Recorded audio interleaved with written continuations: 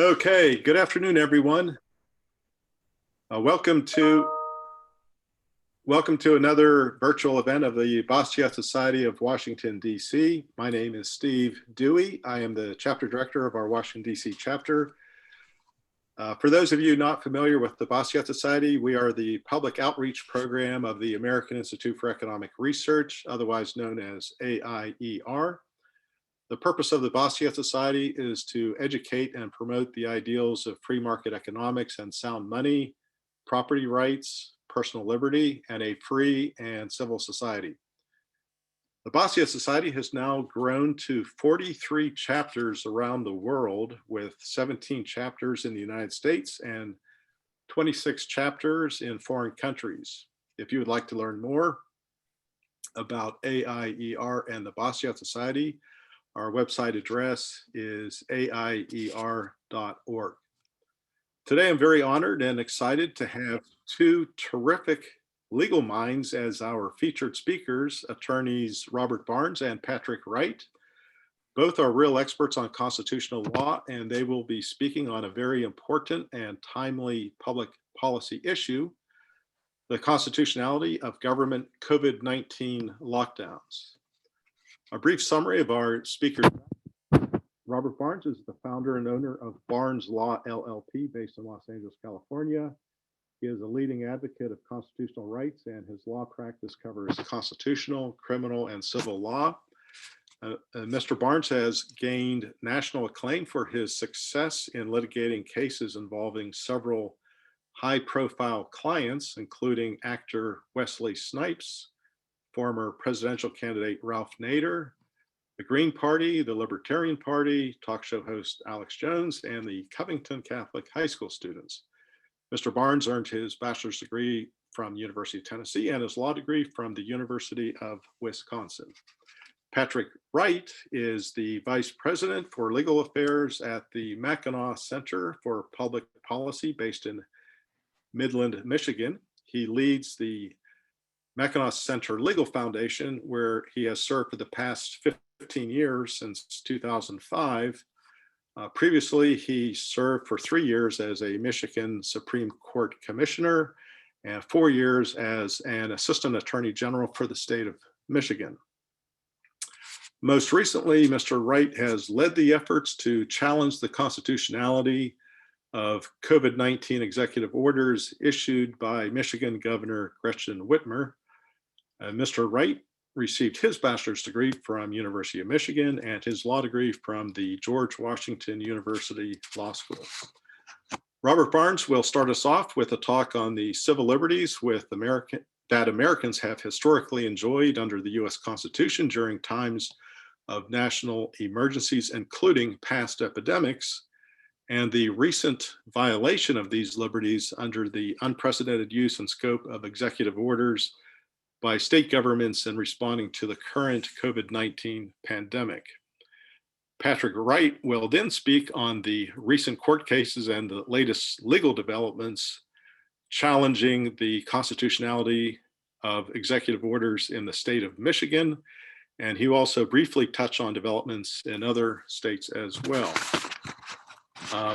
Each of our speakers will speak for roughly 20 minutes each, for a total of roughly 40 minutes. This should leave us with around 30 minutes for a Q&A session with attendees.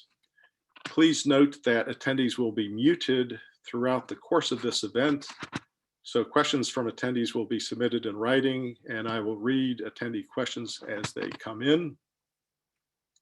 And now, I'm pleased to turn it over to our first speaker, Robert Barnes. Robert, please proceed.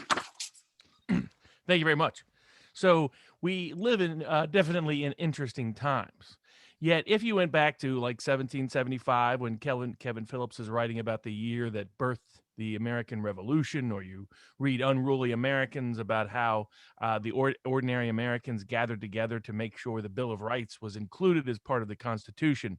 During that time frame from 1775 to 1787 or thereabouts, you would have had a time period in which we went through not one, not two, not three, not four, not five, not six, but 7 pandemics in the United States. Epidemics, as they would have been termed then, because of being solely within the United States primarily. But in fact, in those epidemics were far more dangerous, far more lethal, far more perilous, 30% death rate if you got it, than any pandemic we have faced mostly since, or at least in modern times. And yet, during that time period, nobody during the Constitutional Convention Bill of Rights debate time period said, let's make sure we have a virus exception to any of these rights." Nobody even propounded or proposed the idea of using lockdowns as a health remedy that could be constitutional either. Indeed, despite going through far worse public health crises during the time period our Constitution was formed and forged, we've also experienced far worse health crises over the 18th and 19th century leading into the 20th century and the 21st century. And at no time did anybody suggest that lockdowns would be a constitutional remedy, that you could suspend the Constitution in the name of public health, that a governor could unilaterally decide that the tripartite form of governments we have no longer applies, as Patrick will be talking about later in regards to the great state of Michigan. And other governors have been doing the same in states across the country: California, Wisconsin, Pennsylvania, you name it. The governors deciding that, in fact, they're like the governors of the old English colonial era who can issue royal edicts rather than respond to the public will in the tripartite form of government. All of this is new. All of this is novel. While public health crises are not new or novel, this method of dealing with this public health crisis is new and novel, particularly also from a constitutional perspective. However, there was a past where during public emergencies, our courts have turned a blind eye to reckless and rogue government actors wishing to use that public health crisis or public emergency as a pretext, as the ones are today, to seize record setting level of power, precedent level setting of power. So I call it the trilogy of infamy. Three cases during various forms of public emergency where the courts turned a blind eye, and these decisions were supposed to be zombies, dead, buried deep into the ground, and yet they have been resurrected for this new public health emergency as the excuse to seize power in ways that our founders could not have conceived or imagined. Indeed, or when at Valley Forge, when they had a smallpox epidemic raging around them, the remedy that General Washington provided was a form we would now know, or people like Alex Berenson would call, a herd immunity. He gave everybody just a little bit of smallpox, just enough so that hopefully they would be immune but not die from it. That was his method and mechanism for keeping his soldiers safe. Nobody proposed, hey, let's lock everybody down and hide in our basements. And yet that is now the official strategy in different parts of our country, including to the point, if you would have said just a year ago, we're going to live in a time period where simply running and opening your small business can make you a criminal, that we're going to live in a time period where you can't get together for Thanksgiving, you can't get together for Christmas. People would have said that's insane. That's some sort of science fiction novel. That's some sort of tin cap conspiracy theory, that we're going to have sort of de facto medical martial law in the United States. And yet it is what we have. But there is a precedent for this outside of the public health context, in the emergency context, and that is the trilogy of infamy. The foundation of the trilogy of infamy is the Jacobson decision of 1905, where a person wanted to challenge whether a particular smallpox vaccine was actually worked. Contrary to conventional wisdom, the person was not an early anti-vaxxer. The person was an early challenger of institutional science. That just because somebody put on a white lab coat, that didn't mean they magically had Milgram-like power from the Milgram experiment, where basically we figured out early on, it turns out that those who wished to seize power in the name of the state were wearing the wrong uniform. That if they had been putting on a general's uniform, many people would be skeptical. A police uniform, at least people on the left would be skeptical. A Wall Street uniform or a politician's uniform, they would each be skeptical. But you put on a white lab coat and people suddenly defer and bow.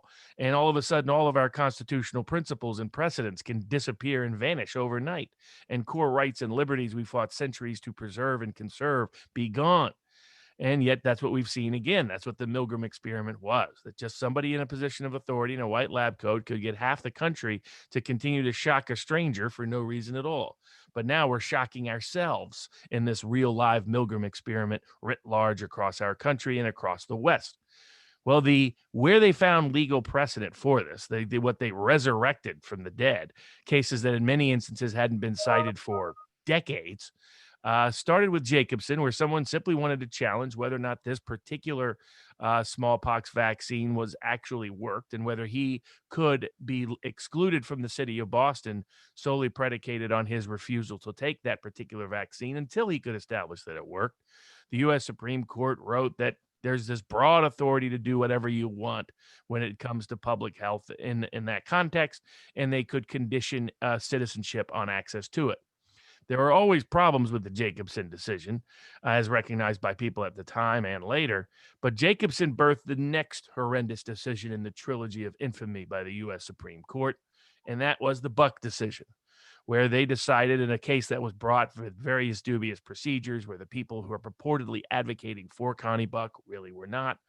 And this was the case that said forced sterilizations was good. Forced sterilizations was just fine. Indeed, it was the favorite case of the Nazi Party of Germany. They would often cite to the Buck decision as their legal authority to do their particular form of eugenics.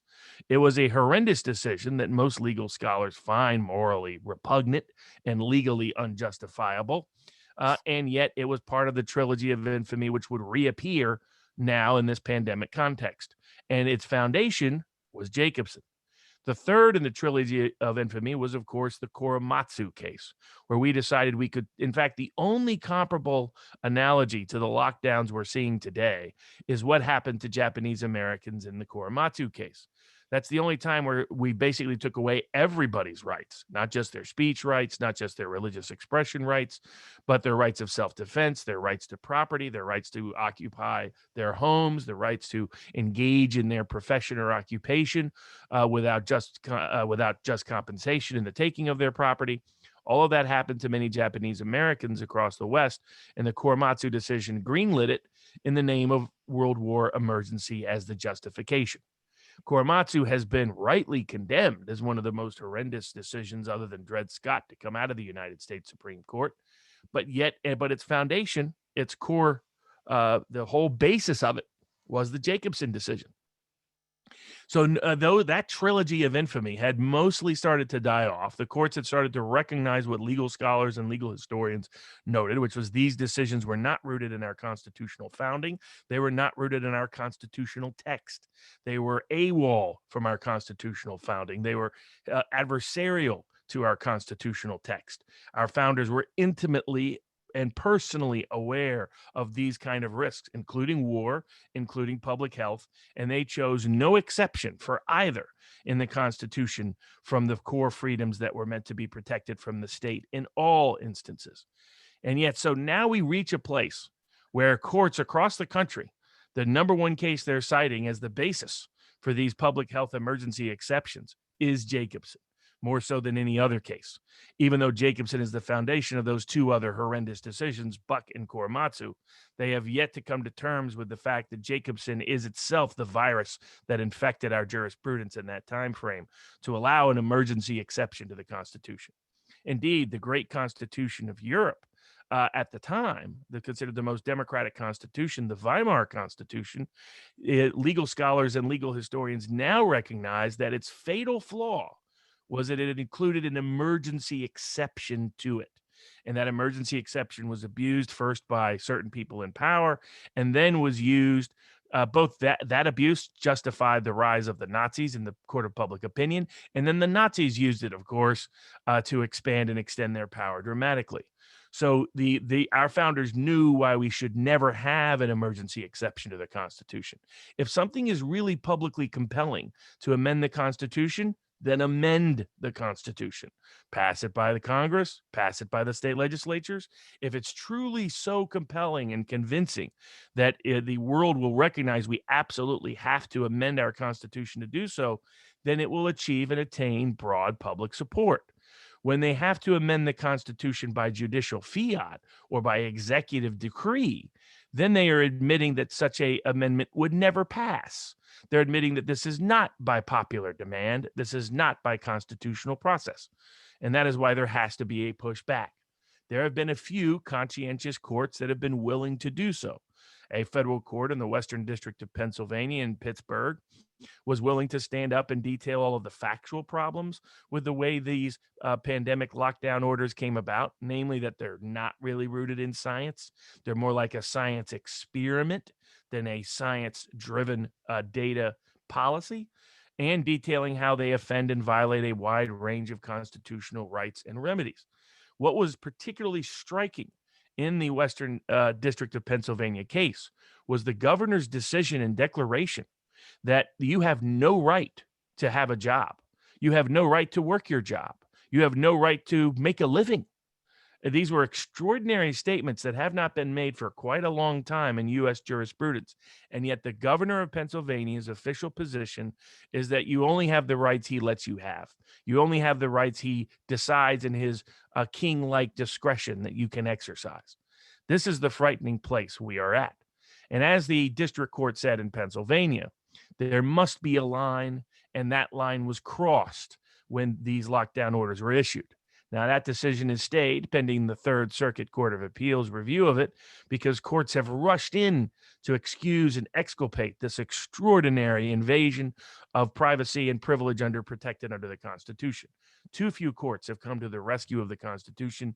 Too many have come to the rescue of the politicians. But we will see whether that will continue. We have encouraging decisions from the U.S. Supreme Court striking down the openly disparately discriminatory policies toward the church. Whereas somehow if you gathered in a church, because this is a unique virus, it turns out it's a corporate woke virus. It's a virus that knows that if it's Walmart or if it's a casino or if it's a strip club, not to go in there. But if it's a church or it's a small business, that's where you have to invade. And so we've had rules and policies and procedures that said the small business was scary and dangerous. The church was scary and dangerous. Sometimes even the school was scary and dangerous, particularly if it's a religious school. That's really scary and dangerous. But Walmart is totally safe. Your Costco's are totally safe. Your casinos are totally safe. Your strip clubs even are, according to the governors of both Nevada and California, totally safe. So that is the kind of insane policy environment in which we reside. The Constitution doesn't justify it, but the big question will be, do our courts, particularly the Supreme Court, step up to the plate and reverse forever and bury forever in our jurisprudence that trilogy of infamy, or do they resurrect it and allow the zombie to infect our jurisprudence and infect our legal remedies in ways that our founders would have found horrifying and horrendous? The Pennsylvania District Court judge was right. It's a line that should not have been crossed, and if we are to care about our Constitution, it cannot be crossed in the future.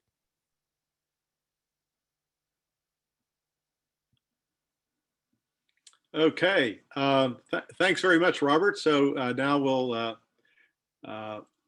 move over to Patrick. Patrick, please proceed.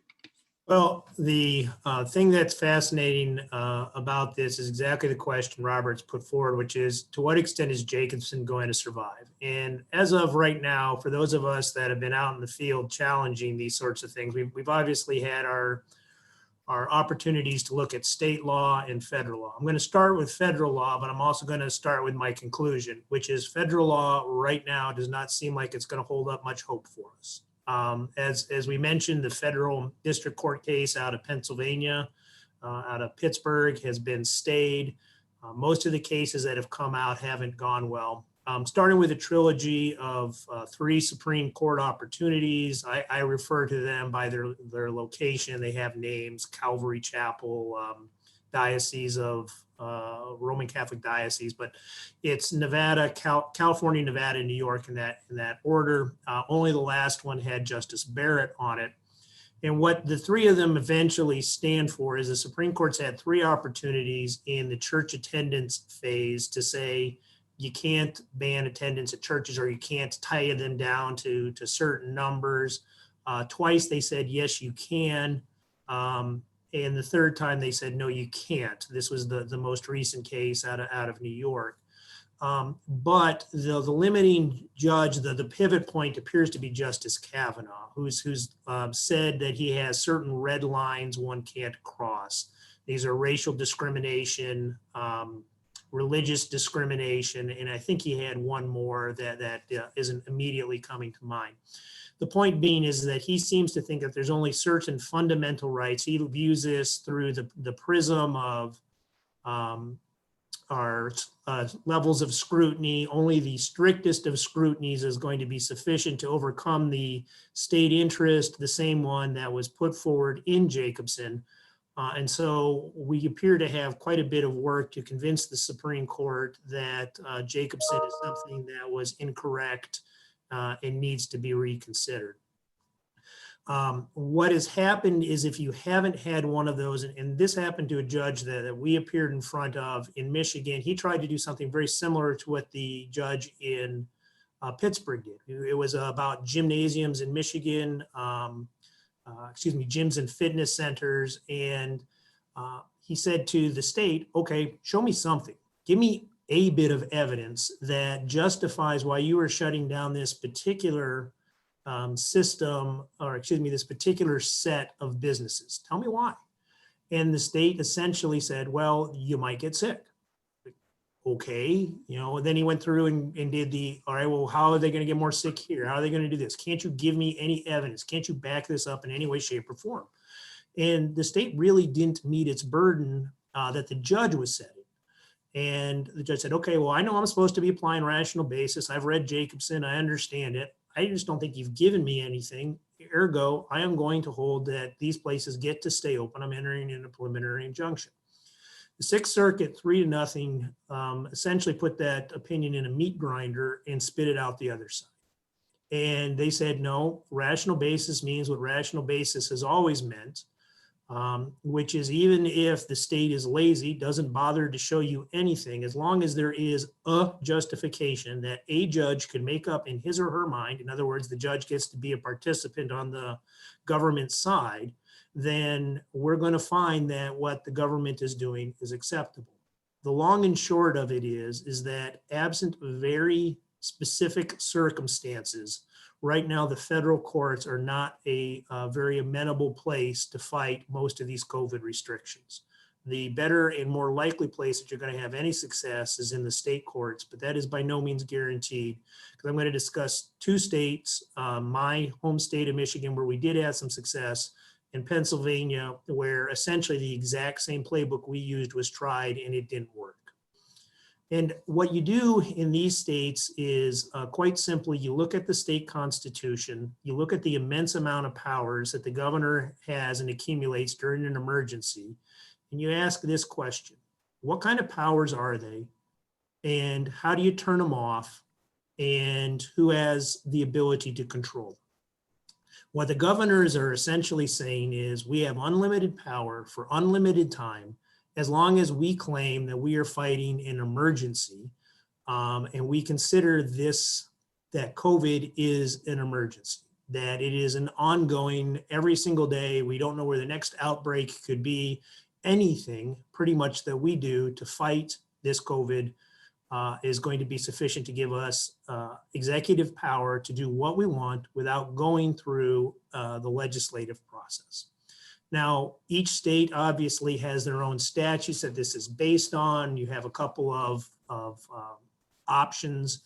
In the 70s, the feds were trying to harmonize their emergency funding system. So they made the states enact a bunch of statutes that would be sufficient. So it could be under a health code, it could be under an emergency management code. In Michigan, we've had at least 4 separate statutory schemes that the governor has tried to use. So looking at what happened in Pennsylvania first, I have sometimes said that these are Goldilocks lawsuits. In other words, your timing really matters. If the situation on the ground is too hot, you're going to run into more judicial scrutiny than if you time it right and you're at a lull in the number of cases. And then if you do it too late, it doesn't matter because you've already given up all the power. So what happened with Pennsylvania is they were probably too early. Their first suit was Friends of Danny DeVito. I think it was filed in April And the obviously the COVID stuff started really happening in March, got up to through the King's bench very quickly to the Supreme Court of Pennsylvania, and they shot down all kinds of separations of powers. They shut down constitutional and all statutory arguments. They also looked at constitutional avoidance. These are all things that we eventually used well in Michigan, and they said, no, I'm sorry, you have the ability to do this. We're uncertain what's going to happen. COVID's scary, and this needs to be done. The second Pennsylvania lawsuit was a suit, and obviously the governor and the legislature are separate parties. And the legislature was trying to regain control and said, okay, we've turned on the emergency switch. We had a statute by which you could grab emergency powers. It says here in the statute that if we enact a resolution, we can turn off your emergency powers and we can go back to the constitutional order that we've had for 2 centuries, where we have this whole thing of we present things to you, you sign them, vetoes, legislation as opposed to edicts. And what happened there was based on the legislative veto case line of cases, Chatta and so forth, the Pennsylvania Supreme Court said, sorry, the statute may say that, but really what it means is that you have to do this through legislation. And if the governor vetoes it, that's just too bad. You've got to get to 2/3. Otherwise, the governor keeps these emergency powers and still to this day has these powers. There have been a couple of federal suits. Robert referenced one. There was another one that came out of the Middle District of Pennsylvania. The second one was just a denial of a TRO. It hasn't been appealed yet. And as we indicated earlier, the Wolf decision out of Pittsburgh, which was a great decision, fun to read for those of us that are free market libertarian based, it was like, oh, how wonderful. It got stayed, I think, within 3 days. So that's still waiting for a decision at the Third Circuit. In Michigan, we had a little bit more luck, but maybe it was based on the composition of our court, which has since changed in this last election. We had 2 statutes that the governor was relying on. One of them was enacted in 1945, which is after a bunch of race riots in Detroit, and seemed to deal mostly with police matters. Another one was one of these federal statutes that I was talking about. This came out from after 1976. And this one did have a time limit on it. And so what happened is our governor said, I want an emergency. Nobody denied that she had one in early March. She said, I want an extension. Our legislature gave her a 23-day extension. She said, I wanted a 90-day extension, and our legislature essentially said no. Now, because we had it set up that it required a resolution to continue as opposed to it required a resolution to stop it, we didn't run into the legislative veto problem. But the governor still said, well, that's fine and good. The emergency's over. I'm issuing a new emergency 1 minute after that last emergency just ended. And it was at this point that we said, okay, guess we're going to court. And we brought a separation of powers non-delegation claim. And this was what it was eventually victorious for us, although it was a 4-3 decision on this particular portion. What the governor did was she was claiming that she not only had the power to fight COVID, but she also had, and this is amazing, she had the ability to fight the downstream economic effects of it. So because our economy had been obviously impacted by nobody working and nobody traveling and everybody being stuck in their house and unable to visit anyone for Easter, she was saying, well, that's affected our economy. And until we've cleaned that up, I get to have emergency powers. And then until we have the vaccine figured out and until all of these things had occurred. So I could be doing this for years at a time. And the Michigan Supreme Court, based on some administrative law decisions like Gundy, which have hinted at the fact that after 7-8 decades, the United States Supreme Court might finally be willing to tackle the monster it created in allowing the administrative state to do what it wants, when it wants, how it wants, with very little guidance. Our people borrowed some of that language and said, okay, under Michigan law, this is just too much for too long with too little rules. And they overturned the governor's ability to do this. She had issued at the time, we were at October, I think 2nd was the day our decision came out. We had started March 10th. She was averaging an executive order a day. And we had also had, I believe we got over 500 FAQs interpreting these various executive orders. Nobody in the state could keep up with, and this includes us who are attorneys and following it day by day, could keep up with what the law was, what was legal, what wasn't legal. She had also tried to do something else that we were able to stop in court, and that was she tried to merge some of the power of the administrative state. Our two statutes limited people to a $500 fine and misdemeanor charges. She tried to merge that with our OSHA, our state OSHA provisions, which gave her the power to do a $5,000 fine a day plus a 3-year felony for each and every violation. And was claiming that every time somebody violated one of her executive orders, that this was a separate legal charge that could lead to convictions. We got a different judge to stop that. So we've had some success with that. However, almost immediately upon our decision, the governor pivoted. I said we had done our stuff through the emergency management codes. We had 2 separate ones. And then our governor shifted to the health code. And one of our 4 justices had indicated that this was a possibility. And the governor has taken advantage of that. And so they had 11, 12 different categories of extreme powers that she had claimed for herself under these emergency management statutes. She's probably boiled the frog sufficiently to where she's at 5 or 6 of them now, and is, continuing to argue bit by bit that maybe she could get that next one too. And again, this goes back to some of the Goldilocks theory, which is in part what we need to litigate this are the egregious facts. The more power she claims for the longer she claims them, particularly if we're at a lull in cases, we're going to have better shots at doing this. To date, amongst the states, the only really 2 states that have had any luck at this are Wisconsin, which fought them on administrative procedures grounds and essentially with some sprinkled in separations of powers behind it, but essentially said, what you did, you didn't do properly through the Administrative Procedures Act in Wisconsin. We've had success fighting it on the separations of powers constitutional ground in Michigan. Everybody else has blood on their forehead from running into a wall. We just haven't had that many court decisions that have gone our way. We need to figure out ways to do it because, as Robert has indicated, this is just unsustainable.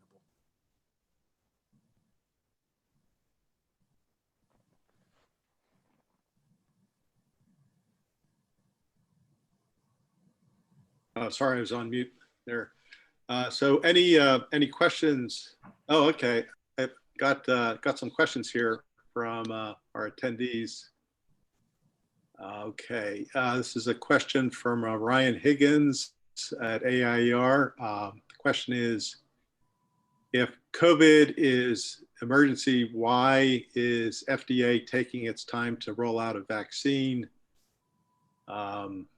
Also on gyms, since 90% plus of the people dying from COVID-19 have comorbidities, isn't the problem that the problem of people not going to gyms? And one is not going to mandate that people go to gyms, but to close gyms in response to a disease that has serious effects, principally those who do not maintain their physical health. Seems to be irrational. So I guess it's 2 separate questions. One is about closing gyms. The other one is about the FDA taking its time to roll out a vaccine. Well, I do have one quick point on vaccines. In our research for this, we found that the fastest ever vaccine was 4 years for measles. And so if we get that we have a COVID vaccine within a year, that'll be great. But this was part of our big concern was the governor was claiming, hey, I've got to do this until this vaccine is in place and effective. We can talk about the political release of the the vaccine news. I guess they couldn't, they thought that doing it the Wednesday after, the day after the election would be just too obnoxious. But, we still have to get it done. We still have to actually prove that it works. I hope the FDA moves it along as fast as possible. It has not been a speedy process before. And to the extent that we have people that claim that they have powers until such time as they feel that this is done properly, it just impedes all of our rights. Right. And you want to touch briefly on Jim's? Yeah, I mean, I try to the greatest extent possible as a matter of litigation strategy to stay away from the epidemiological questions. I do not believe, one of the arguments we made and lost on, by the way, was that we are no longer in an emergency. We're in an extremely important situation. For our litigation purposes, we left a portion of an emergency statute in place because I didn't want the court to feel that the next time that there's a hurricane or a flood or something, that we don't have some level of state law tools in place. What concerned me most was the idea of this occurring forever, and more importantly, the next matter. And that is, okay, on the American left, we are told time and time and time again that climate change is an emergency. Okay, so what happens when a governor in Michigan tries to say, I need to use this power. I can't wait for the legislature to agree with me. I just get to run roughshod over this, or race relations. Or if you want to use a more conservative position, what happens if somebody comes in and says, abortion's a big problem in this country. We're losing 1 million people a year. We have to stop it. So the idea of throwing, essentially placing years long, the separations of powers on the shelf for whatever the emergency de jure is, just is something that is quite frightening. There's enough problems in the current implementation of all these, let alone that what governor isn't going to want to be able to shut out the legislature on the next subject matter in the future. Okay, I've got another question here from Michael DeGrandis. Michael is actually with the New Civil Liberties Alliance in Washington, D.C. He's an attorney there. So Michael's question is, as wrongly decided as Jacobson may have been, does it apply in the context of gubernatorial COVID-19 executive orders? And if a governor is setting public health policy and dispensing with the law, as argued in my Massachusetts case, does Rosiers versus Baker, isn't there a serious separation of powers or non-delegation problem? And then he goes on, even if Jacobson stands for the proposition that legislatures have plenary authority to exercise the police power, it doesn't follow that chief executives may exercise the police power.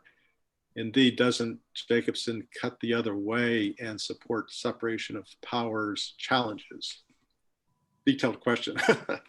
Yeah, I don't want to hog the time here, but I'll answer my portion of it. We tried and looked at a police power question in Michigan. The statute that we had discussed public safety, but not public health. One of the justices picked up on that. We tried to make the argument that public health would include things like a pandemic and public safety, and that this was really a riot statute and not any catastrophe or disaster that you could try and imagine statute. We didn't get anywhere with that. And to date, the Supreme Court has said they're going to look at this in the classic tiered scrutiny analysis, which is you take your constitutional right, you measure it against the state interest, and we see which one comes out on top, and very few federal constitutional rights to date are coming out on top. Okay, Robert, did you want to chime in on that at all? I mean, there's good aspects, and there's two fundamental issues with what's going on. One is just the evisceration of constitutional rights and liberties in the name of a self-declared emergency.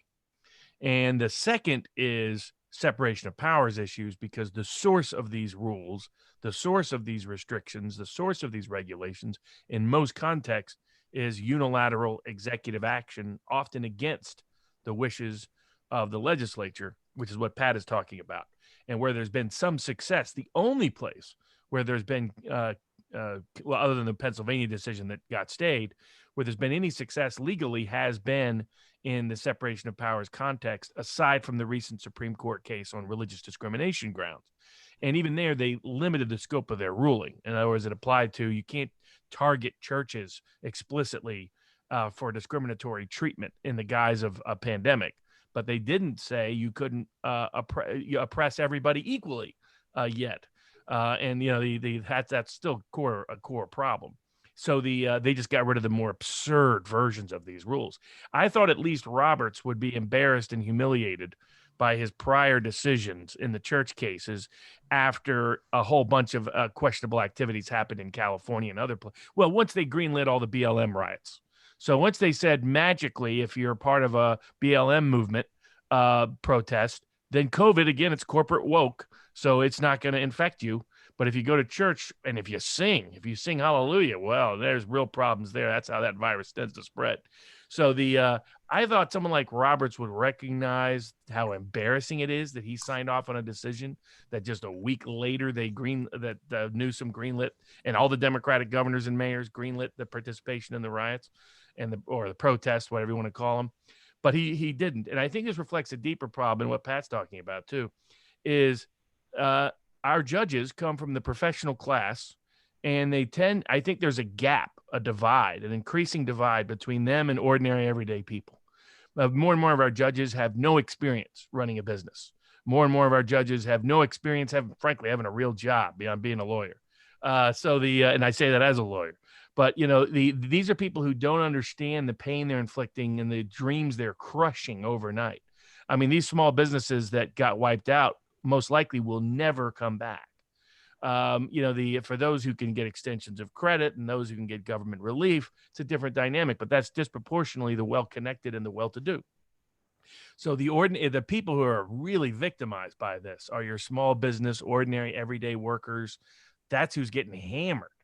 It's a massive redistribution of wealth, but it's to the tech stocks and to those companies from small business America.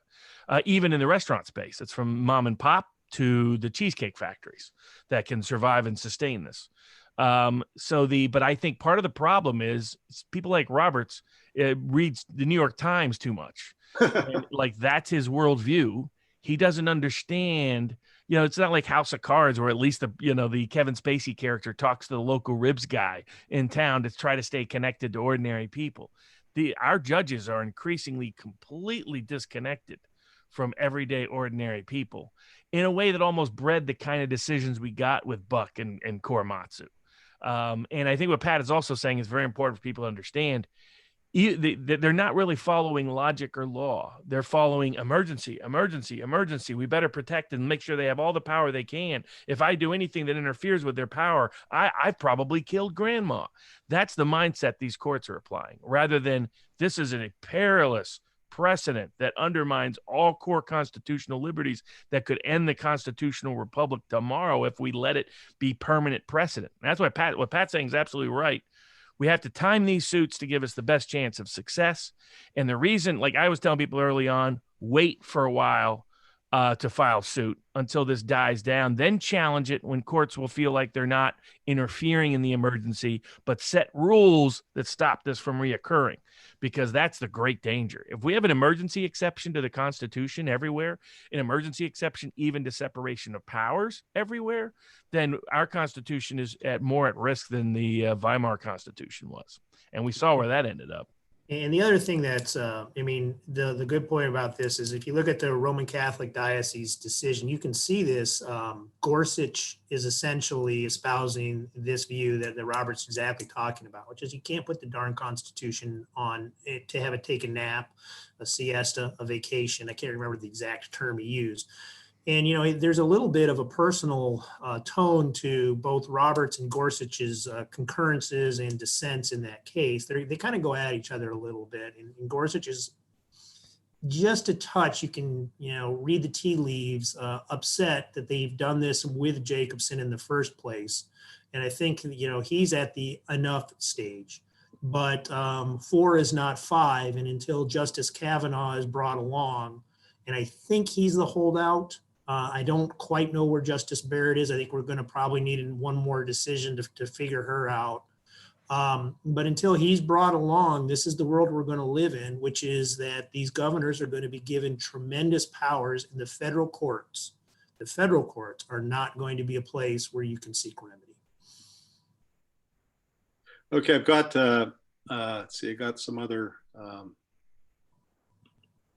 questions here. So another question here, this is from A.B. Friedman. Please discuss the plaintiff as a variable on the federal level. It sounds like discriminatory impact matters. So churches or racially protected plaintiffs might have different luck than a small business on separation of powers. Would it matter if the state? Not necessarily on separations of powers, but this is the whole tiered scrutiny thing. The United States Supreme Court essentially says some constitutional rights are greater than others. And as Robert is indicating, the right to have a job isn't even listed as a constitutional right. So race discrimination gets the highest level of scrutiny. Religious discrimination gets the highest level of scrutiny. Gender gets a middle. There's some other middles. And then everything else gets thrown in this bucket called rational basis. And one of the great frustrations for people that believe in economic liberty is that this is where I was talking about earlier, where the judge essentially has to help the government. When you do rational basis, it is the presumption that that law is valid, that it is just a policy choice being made by the legislature and cannot be challenged unless it is absolutely void of any potential justification for it. So even if it's a bad justification, even if the state didn't put it forward, when you talk rational basis review, that's the standard that the state has to meet when they're trying to overcome something. So with your businesses, those are going to fall under rational basis. And that's what happened in the gymnasium case I discussed earlier. The judge said, you gave me garbage. I'm not going to rule in your favor. And the Sixth Circuit ate him up and spit him out. Okay. And so you will have opportunities to win if you are a church being discriminated against, if there is race, maybe content on your speech. These are all things that Kavanaugh has said is going to trigger his level of scrutiny. Whether or not that's right or not, that's the world we live in. Okay, I've got a couple of good questions here from Wayne Abernathy. Wayne, thanks so much. Wayne is one of our regular attendees, retiree from the U.S. Treasury Department, and always appreciate Wayne's participation. So Wayne's got a couple questions here. First one is, back with a full SCOTUS, are we seeing an evolution in the approach and views of the now, once again, full SCOTUS? And then he has a follow-up question. So, a couple of things. One, on the prior question, Pat's definitely right that picking the plaintiff is critical. I brought suit and I picked cases that were the most extreme examples. So I sued for a church for a mother and her daughter who wanted to take her daughter to Easter service. That was a drive-in church service, and the lunatic mayor of Chattanooga banned even that. And it was in Chattanooga, it was in Tennessee. So I was going to get some friendly courts, and I did that there. And Michigan brought a case where someone was just trying to travel between homes to meet family. When the original order banned that from occurring. Brought suit in Virginia where they weren't allowed, where they were still requiring people to witness and in-person circulate if they wanted to be a third party on the ballot. Roberts, by the way, has issued some overtly hypocritical rulings. Somehow it's completely okay to require that people continue to circulate petitions to get on the ballot in person, that somehow is magically not a risk. such that you can compel standards that are ridiculous in the context of a pandemic, where you just can't get that many signatures, but then turns around and says, oh, this pandemic's so scary, we got to give them discretion to discriminate against churches. So that's some of the egregious examples we've witnessed. But in almost all of my cases, they settled. So they recognized that the facts looked really bad and were really egregious. And so they were smart. They didn't allow those cases to move forward. They made sure those cases weren't going up the appellate food chain. So I do think continuing to pick good cases makes sense. As to the SCOTUS, what Pat says is right. What we really have is a 3-3-3 split. It looks like Gorsuch, Thomas, and Alito are going to be good, and they're Alito recently made comments to this effect. As Pat noted, Gorsuch has been basically waging war against Roberts for 6 months now on this, and Thomas is probably going to be good on this, given his statements to date. So you have three, I think, who are really willing to say Jacobson shouldn't even apply. They made some comments like that in the sort of concurrent / dissent in the prior case. I think it was the Calvary Chapel case.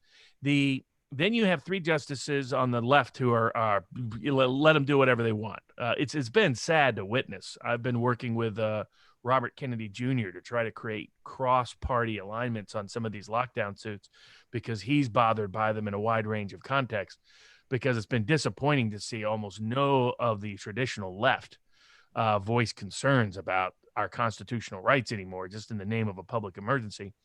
But right now, that ship has sailed. They've shown no interest in helping out the three, Sotomayor, Kagan, or Breyer. Now, the three in the middle are really still unknown. I mean, Roberts has leaned deferential, but has kind of hinted that he won't be deferential forever. But I think that's what's frustrating Gorsuch. His deference keeps going on and on and on. Barrett, a good ruling on religious discrimination. She cited Jacobson favorably in a Seventh Circuit case in a political context in Illinois before she was on the bench, before she was on SCOTUS at the Seventh Circuit level. Maybe that was just following what happened in Calvary Chapel. Maybe that was a sign of problems to come. I think she'll be very good on religious and self-defense issues. I'm not so sure she'll be great on lockdown issues writ large. But so she's an open question, as Pat noted, and Kavanaugh is an open question, as Pat noted. So we have, we just need two of the three to join the party, and we're in business. But whether they will is an open question. The best case to challenge the whole lockdown, in my view, would be a church-related case, because that's the best one that you're going to get either Kavanaugh or Barrett to join. And in the States, one of the things that we did, because we were very conscious of the question of who we were representing and why, the state interest that the government was putting forward is we were saving lives. That's their claim. So we felt it was very important for us to find health providers that were being frozen out from seeing their patients. And so we were able to do the same thing. There's come to be some evidence that, heart attacks, diabetes, cancer is on the rise, because we essentially had people in Michigan, 10 million people, that were frozen out from seeing their doctors because we were afraid of that we needed to flatten the curve, and we were afraid of what was going to happen. So again, the optics are very important. Justice is supposed to be blind, but I guarantee you, and this is why I'm calling them Goldilocks suits, and Robert seems to be of the same mindset that I am, there is a lot of peeking going on through that blindfold right now as to what the facts are on the ground. Okay, I'm just going to also read to you a second question from Wayne Abernathy. Then I've got a couple more really interesting questions from a couple other people. So Wayne's second question here, would you speak a bit about intrastate differences? By that, I refer to local governments who differ from their governors in application of rules and restrictions, sometimes greater, sometimes less restrictive, in their counties or cities. Well, this comes back to the question of where the governor or whoever is getting their power. What is typical in health codes is that you have quarantine orders that localities are permitted to do. So in Michigan, we have our Department of Health can declare something. We also have each county has its own health official that can handle their localized stuff. And so what I found after we won our case here in Michigan, I kind of analogized it in part to a grease fire. We threw some water on the big one, And then I ended up with 83, that's how many counties we have in Michigan. I ended up with 83 different jurisdictions now thinking that they were in control and that they could set all of the various and sundry things. So, you know, your Wayne County where Detroit is, Oakland County, these are big counties that carry a good portion of Michigan's population. But again, you're going to have to look state by state as to the source of the power of whoever is trying to issue these edicts. And where if most of the time it's being done through health law, through the health code, they're going to have things that give discretion to local health officials. So you can end up with differences within various states. You know, we argued that there should have been some on when the governor was in charge, that Detroit was not the same as the Upper Peninsula of Michigan, in that she wasn't doing a very good job of understanding that, of recognizing the difference between urban and rural communities, and that the decisions she was making to harm businesses in the rural communities didn't make any sense because that wasn't really where the virus's threat was at the time. So that is how you can end up with these different things. Unfortunately, then you have to challenge them on a locality by locality basis if that's where the power is coming from. And then that means that people like Robert and myself have to be in not just 83 places in Michigan, but you know, however many counties there are all throughout the country. It's tough to be at all places at all times. Okay, great. I've got another question here. Another one of our regular attendees, James Bond, his question, by the way, that's not James Bond as in B-O-N-D, that's James Bond as in B-O-H-N. James, thanks for your question. He says, taking claim question, my theory is that the plaintiff would have a claim against government, not the tenant, in the context of a rental moratorium. Do you have a comment on that? There's a range of suits being filed in California about this because they've issued every kind of moratorium known to man there. So there's issues about the eviction moratorium, whether that's a taking. There's and I saw an earlier question about this. There is takings takings lawsuits pending in Pennsylvania and other places. They haven't gone very far yet. They haven't been shot down yet either. The Supreme Court did just take a regulatory takings case that may expand the doctrine of regulatory takings, and that's really necessary to piggyback on to have some success using the takings jurisprudence, because that, at least in theory, is a fair constitutional remedy that can be appealed to the courts of, okay, really the emergency made this necessary, but at least compensate the people who disproportionately feel the pain from it. And so hypothetically, that could appeal to the political preference of the court if they want to preserve some constitutional remedy, but provide the power needed to act in the case of an emergency. It's not my preferred remedy, but I mean, because there is no compensation really for First Amendment violations, certain Second Amendment violations, Fourth Amendment violations, certain kinds of Fifth Amendment violations. But it would at least be a remedy in the economic space. And I would love to see regulatory takings law expanded, because Pat was talking about the Leviathan that has become the administrative state encroaches upon core economic liberties on a daily, everyday basis to such a degree. You have a governor like the one in Pennsylvania saying, you have no right to even continue to work. You have no right to a job. You have no right to an occupation. You have no right to be able to own or operate your own business. That's a very frightening place to be, and one I'd like to see not become the judicial legal reality of our world. I've been asked a number of times in Michigan, okay, you guys won on a constitutional claim, where's our damages? And part of the problem is this. I've got 10 million people that are plaintiffs that would be suing 10 million people for damages. Because essentially what happens is you're suing the state, you're suing the government, and all you're doing is maybe moving some money around. Now, there clearly are people that are hurt more by this, but I think it is going to be very difficult for any court to allow damages this broad based on this kind of matter. So theoretically possible. If I brought Richard Epstein in here, could he try and convince me? Yeah, I'm sure he could. But I don't see that many damages claims are likely coming out of the backside of this. Okay, I got another question here from Jay LeBlanc. Jay, thanks for your question. His question is what Robert just mentioned about a little while ago about the court being unwilling to take action if it might risk harm to individuals. Like if I remove lockdowns, someone might get COVID. Isn't the same argument that is now discredited in Korematsu, the potential threat of the Japanese didn't justify the immediate impact of the loss of rights?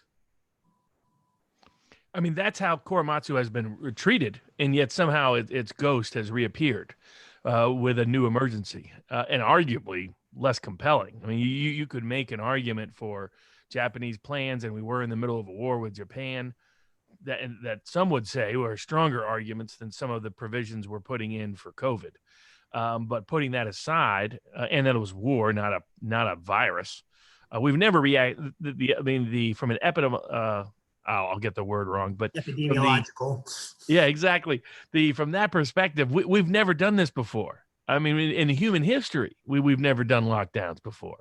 That's why when I was researching it from a legal perspective, I was looking for whether this kind of challenge had happened. And you had Jacobson and vaccines in that context, but nothing like this. They'd never said, you know what, let's take the Japanese detention camp model and let's apply it to the entire country in the name of a virus. That combination hadn't happened. So I was frankly kind of shocked by the scale of it. But knowing the legal history, it was clear that there was this is the greatest threat to the Constitution, in my view, legally in our history, because those cases because this is a complete abandonment of almost every constitutional principle. Not only no Bill of Rights, no separation of powers.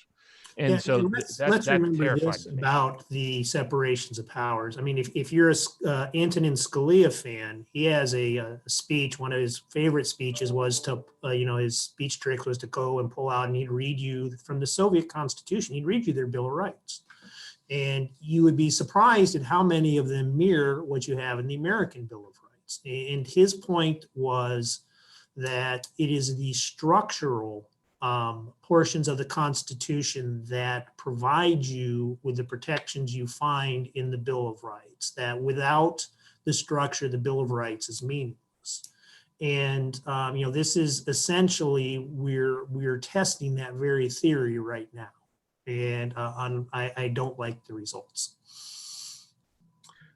Okay, let's see, got another question here. This is from JP.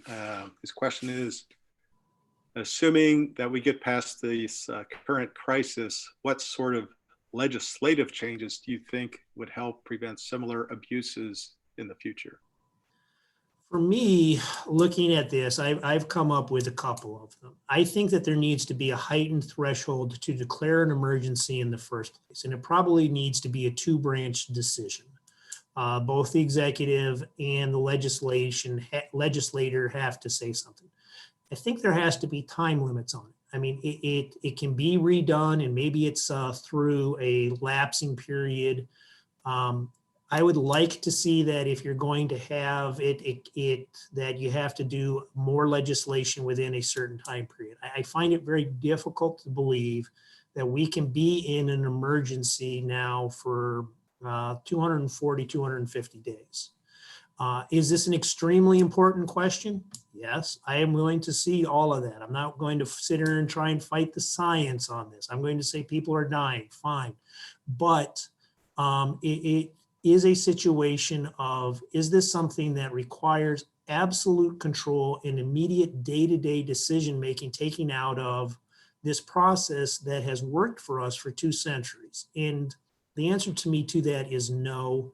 So there has to be, I think, a harder time starting an emergency, and there has to be an easier way to terminate one.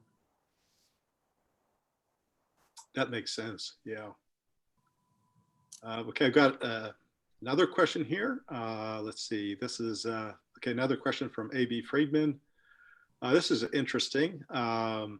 So we have civil rights legislation. He's asking, what do you think about a federal Economic Rights Act to parallel the Civil Rights Act to protect the liberty of commerce as a civil right? It's kind of an interesting. Well, yeah, well, I'm for definitely expanding protections wherever we can legislatively to limit this from reoccurring in the future. But as Pat notes, if they're willing to disband the Constitution, which is already supposed to be a restriction on these behaviors, then legislation that offers a limited remedy, because the problem is judicial enforcement right now is as much as anything. I mean, we put in separation of powers to structurally prevent this kind of event from occurring, and yet they're ignoring the separation of powers in most states and most jurisdictions. So even when they're being openly hypocritical, even when the evidence doesn't support what they're doing, even when there's more and more outrage over it.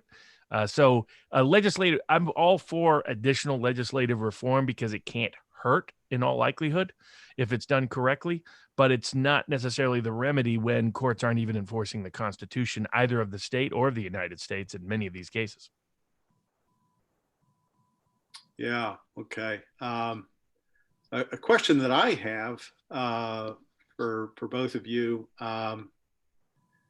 So I'm not an attorney, but from what I've read, a lot of our states have state laws that do provide for emergency decrees to give state governors, the ability to impose an emergency decree, and state laws, I think, typically have a time period for emergency decrees of About 4 out of every 5. About 4 out of every 5 states. Yep, it's about 40 of them have a time limit, and 10 or 11 don't. Okay, and those time limits are, I take it, from like 14 days to 30 days. Typically, I think you can get up as high as 60 to 90, but they're generally in the 1 to 3 month time range. Okay, so I guess a lot of these governors just keep extending the decrees. Well, and this goes back to one of the questions of how do you turn it off? All right, there's a couple of hypothetical situations where you have opposing political parties. You're probably going to be able to find the conflict earlier. But I dealt with one of these panels where we were out in Hawaii, and they're the governor and the legislature are the same political party. They haven't had any trouble getting their extensions. They've just been perfectly, the legislature, as is many legislatures these days, is perfectly willing to let the executive go and do this, occasionally pipe up and say, I wouldn't have done that, and then protect their jobs that way. I do think that the other thing that's causing some problems where you do have different parties is you have this legislative veto question, which has applied itself in Pennsylvania. I know that it's applied itself in Oregon as well. And that's the question of, okay, now you have somebody who wants to turn off these emergency powers. How do you do it? And if it turns out that you have to present it to the governor, well, guess what? You're getting vetoed. And if you don't have 2/3 of the legislature with you, which I don't think there are many states where we're at legislatures that have that kind of majorities, then the governor is just going to keep running and running and running and doing whatever he or she feels is necessary. Right.